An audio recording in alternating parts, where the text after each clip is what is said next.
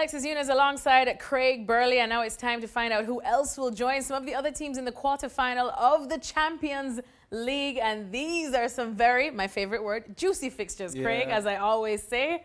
Well, last week's predictions, which you were not involved in, and I was... Went belly up. Didn't think they went particularly well, which some people take great pride in reminding you on social media because... They will always. Anyway. But we're going to tackle these. Man United winning in PSG was...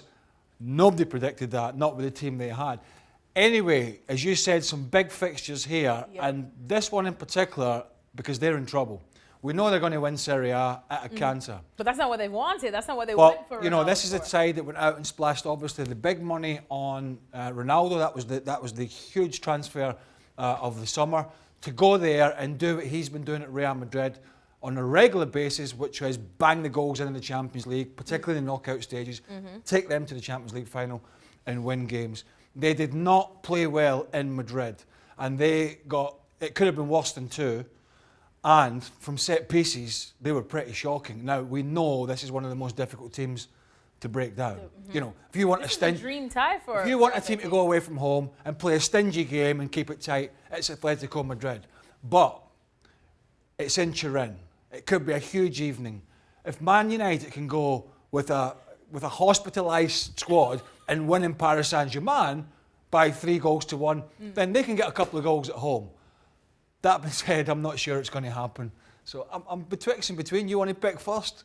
Because I'm not sure. All right, I'm going to go for a big night in Turin. It's either going to be a huge night in Turin, or it's going to be one giant bore and they'll go through. But I'm going to sneak for Juventus. This is a dream tie for Atletico Madrid. All they have to do is just sit back and relax. And Juve to score 3 against like a tough side defensively. I'm going to go with Atleti in this one. As much as I want the Cristiano Ronaldo factor to go on in the Champions League, but I'm doubting myself. But I'm just going to go for that Ronaldo factor in Turin for a huge evening. So it's a long shot. Exactly. This one is definitely a tough one to predict. This one might not be as tough. 3-2 on aggregate. City coming back from behind last time around. Now they're at home. It wasn't a pretty evening in Germany for City. They won. They got 3 away goals. They had Otamendi sent off. There was a few basic errors, a couple of calls that they felt went against them in terms of the VAR. Schalke struggling in the Bundesliga, as you said. City now, top of the league in England. Guys are all coming back to fitness. Aguero's in the goals. The only way... This would be the disaster of the round if they were to go out now in this position. I can't see it happening. I think it should be a comfortable night for Man City at the Etihad. As you said, Schalke way down in the Bundesliga, lost their last 5 and 6, including that one against Man City. City at home, and if they did what they did last time around, showed that character to win, of course I think they could do that at home with their eyes closed. Now we go to a couple of stalemates, but they were anything but. Barcelona up against Olympic Lyon. They're at the camp now. Now, Lyon have done some damage against this team earlier on in the competition. They're no mugs. That's the reason they're here. Wasn't the greatest game in Lyon. Barcelona had the bulk of possession. I mean, it was like crazy amount of possession, but they were hard to break down. I see something similar at the new camp.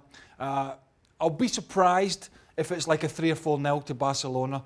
I think it'll be a little tighter than that because they're going to play a very canny and cautious game. But again, a bit like Man City, this would be a shock if Barcelona, now that they've got that game at home, if they were to go out. I think it'll be maybe 1 or 2-0 to Barca, but relatively comfortable. I'm going to agree with you on this one, Craig. I think you said it all perfectly. So I'm going to go with Barcelona. Now, let's go to this one, because this one has been scratching my head all day when we were preparing to do this hit. It was a stalemate last time, but it was anything but stale. Craig, what are you predicting for this one? Well, before the first leg, I was predicting Liverpool. And I know they got back to winning ways at the weekend, but they're now trailing Man City. They weren't super convincing against Burley.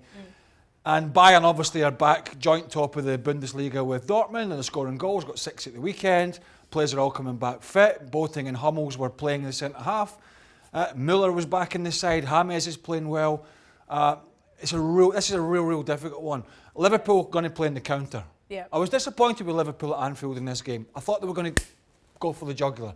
I thought they were going to get the crowd behind them. I thought they were really going to pressurise Bayern early on. That didn't happen, and it was pretty comfortable for Bayern, even though I don't think they had a shot on target or a shot at goal in 90 minutes. However, I think the pendulum has swung back in Bayern's favour, particularly with the game at home, and with Liverpool got the Premier League to think about as well. And their form in the Champions League away from home, Liverpool, this year has not been great. Virgil van Dijk said to be back for Liverpool, not a factor? Oh, it is a factor, but I just think, Liverpool for me had to take a lead to Munich, and they didn't do enough in the first leg. And away from home this year, they lost in Belgrade, they lost in Paris, they lost in Napoli.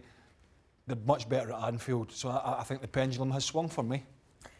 Do you know what? As much as I want to disagree with you on this one, I think I'm going to have to go with Bayern as well, just because of that. The momentum's back on their side. They've been on that run. Niko Kovac seems to be living the dream again there. Liverpool, one or two non-favorable. On the counter with the pace of Mane and the pace of Salah. Salah, again, is another factor. Needing to score, he's going to have to need a big night that's as well. Liverpool's chance, but, it's a close game, but just the edge to Bayern Munich. Expecting a close one, expecting an exciting one, but again, we're just giving the edge to Bayern on this one. Whew, those were not easy to call, but thanks so much to Craig Burley. Hopefully our predictions this week don't go as belly up as they did last week, because that would not be pretty. But either way, we're expecting some very exciting matches.